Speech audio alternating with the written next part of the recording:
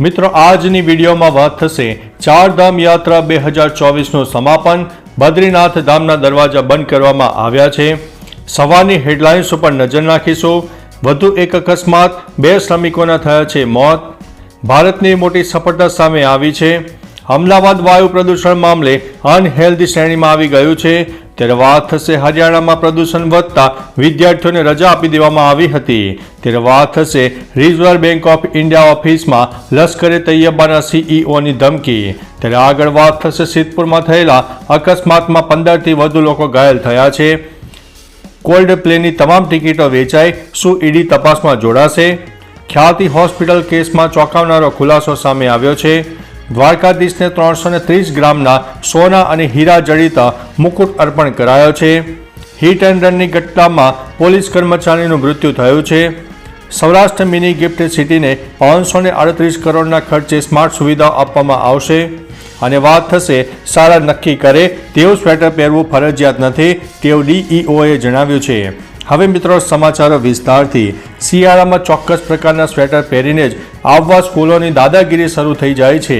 જે અંગે શહેર ડીઈઓએ જણાવ્યું છે કે અમદાવાદ શહેર ડીઈઓ કચેરી દ્વારા સારથી હેલ્પલાઇન નંબર જારી કરવામાં આવી છે, જેમાં મોબાઈલ નંબર પણ આપવામાં આવ્યો છે, જે વોટ્સઅપ નંબર પણ છે, જેમાં માત્ર મેસેજ કરવામાં આવશે તો પણ કાર્યવાહી કરવામાં આવશે।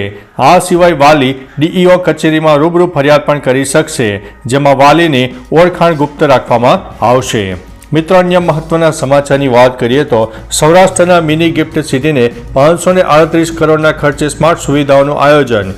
રાજકોટના 930 એકરમાં પથરાયેલા ગ્રીનફિલ્ડ સ્માર્ટ સિટી એરિયામાં અટલ સરોવરનું આકર્ષણનું કેન્દ્ર બન્યા બાદ હવે ₹538 કરોડના ખર્ચે બનેલા સૌરાષ્ટ્રના પ્રથમ મિની ગિફ્ટ સિટી સમાન રોબોટ ઇન્ફ્રાસ્ટ્રક્ચરનો ખૂબ જ મહત્વનો પ્રોજેક્ટ પૂર્ણતાના આરે છે, જેમાં 26 જેટલા બગીચાઓ છે, જેમાં પર્યાવરણની જાળવણી માટે દર વર્ષે 50,000 વૃક્ષોનું વાવેતર સદભાવના ટ્રસ્ટના સહયોગથી કરવામાં આવનારું છે। મિત્રો અન્ય મહત્વના સમાચારની વાત કરીએ તો હિટ એન્ડ રનની ઘટનામાં પોલીસ કર્મચારીનું મૃત્યુ થયું છે। ઊંઝા મહેસાણા હાઈવે પર હિટ એન્ડ રનની ઘટનામાં પોલીસ કર્મચારીનું મૃત્યુ થયું છે। પોલીસ કર્મચારીનું નામ મનીષ મકવાણાનું સારવાર દરમિયાન જીવ ગુમાવ્યો છે। ઉલ્લેખનીય છે કે 2 દિવસ પહેલા ઊંઝા મહેસાણા હાઈવે પર આ હિટ એન્ડ રનની ઘટના બની હતી। અજાણ્યા વાહન ચાલકે બાઇક પર જઈ રહેલા પોલીસ કર્મચારીને અડફેટે લેતા ગંભીર ઈજાઓ થઈ હતી। હાલ પોલીસે ગુનો નોંધીને કાર્યવાહી હાથ ધરી છે। મિત્રો અન્ય મહત્વના સમાચારની વાત કરીએ તો દ્વારકાધીશને 330 ગ્રામના સોના અને હીરા જડિત મુકુટ અર્પણ કરાયો છે। દ્વારકા ખાતે દર વર્ષે ભગવાન દ્વારકાધીશના દર્શનાર્થે લાખો ભક્તો આવતા હોય છે। ભગવાનના દરબારમાં સોના અને ચાંદીના આભૂષણો, રોકડ સહિતની મોંઘા મૂલી ભેટ સોગાદ પણ ધરાવતા હોય છે, જેના ભાગરૂપે માંજલપુરથી દ્વારકા પગપાળા સંઘે ભગવાન દ્વારકાધીશને 330 ગ્રામનો સોના અને હીરા જડિત મુકુટ સહિત અર્પણ કરવામાં આવ્યો હતો। આ સાથે મહિલા મંડળે ચાંદીના 1000 ગ્રામના ઢીંચણ પણ અર્પણ કર્યા હતા। મિત્રો અન્ય મહત્વના સમાચારની વાત કરીએ તો ખ્યાતિ હોસ્પિટલ કેસમાં ચોંકાવનારો ખુલાસો સામે આવ્યો છે।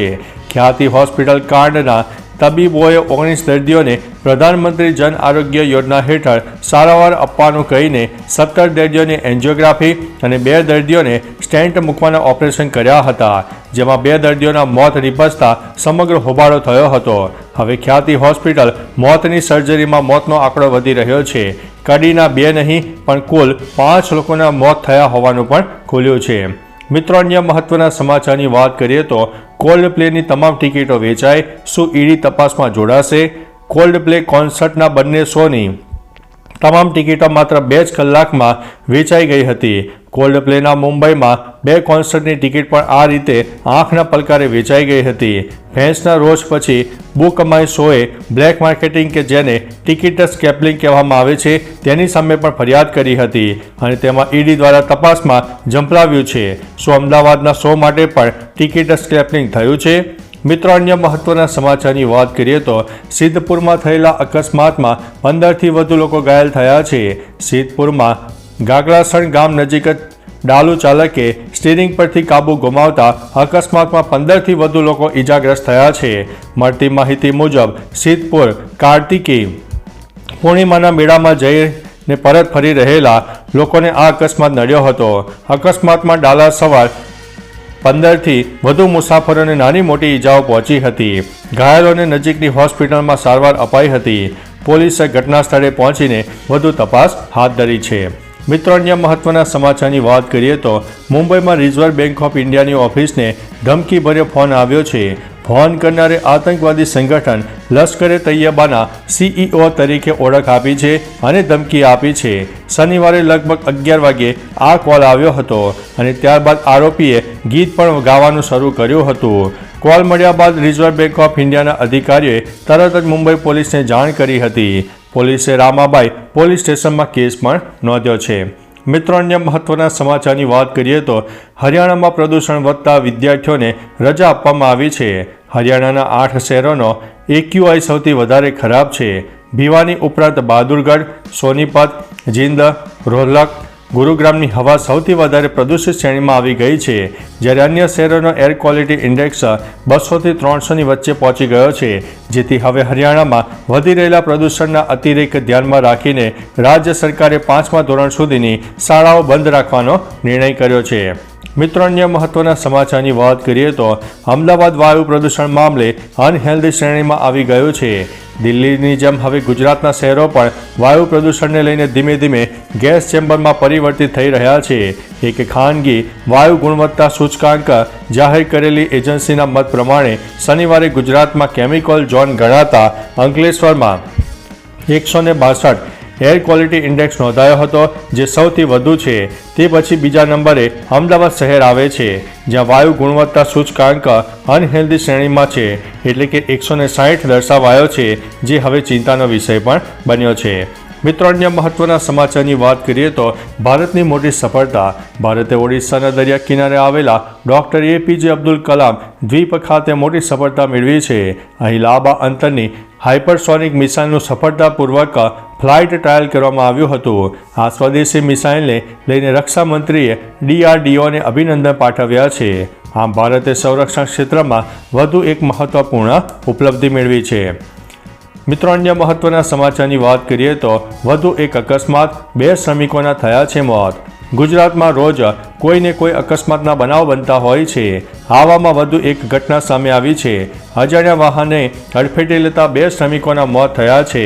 બાલાસિનોર અમદાવાદ હાઈવે પર આ ઘટના બની હતી. મળતી માહિતી અનુસાર ફાગવેલ દર્શન કરવા જતા મહિલા પુરુષનું આ ઘટનામાં મોત થયું છે.